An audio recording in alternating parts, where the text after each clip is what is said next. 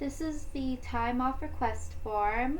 So this is what you're going to fill out anytime that you're sick, anytime that you need to request off in advance, um, anytime that you need to re- take time off for any particular reason. And so it's pretty self explanatory. You fill out your email. We do ask you to note that any request that is not emergency in more than 1 day must be approved prior, and any non medical request must be submitted 3 weeks in advance and disclosed in person. Also, be aware that your request may be denied for personal time given there are too many people requesting that same date and time. Have you viewed the time off overlap Google Sheet shared with you to ensure your time off request doesn't conflict with others?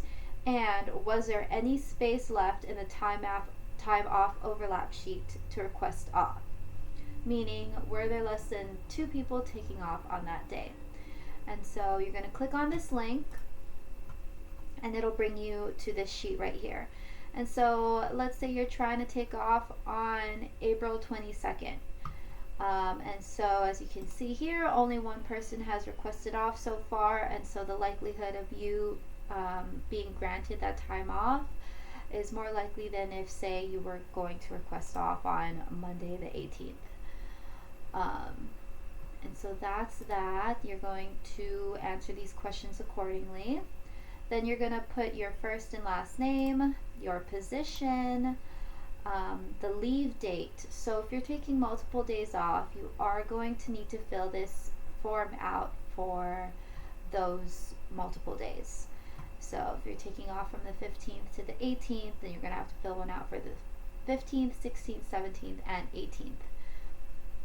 You're going to write the name of the school that you work at, or if you work in the home, the district that you work in, the name of the student or client, and note here, one client at a time. And so if you work with multiple clients throughout that 15th to 18th time period, you are going to need to fill the form out for each client as well. So if you work with 2 clients on the 15th, you need to fill one out for client A, and you need to fill another one out for client B for the 15th. So you will need to fill this out multiple times if you're taking more than 1 day off and you're taking off time from multiple clients. Then you're going to write the name of your supervisor, the room number, and so if you work in the home, you'll put NA for both of these questions. And then you're going to check off what your reason is for taking off. If you are taking off for a medical reason, please be sure to upload a doctor's note.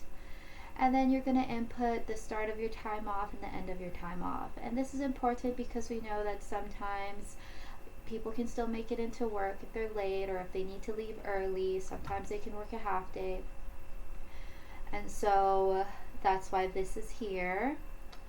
And for hours requested off, so if you work 3.75 hours, like this example here, or that's how much time you need off, then round it up to 4.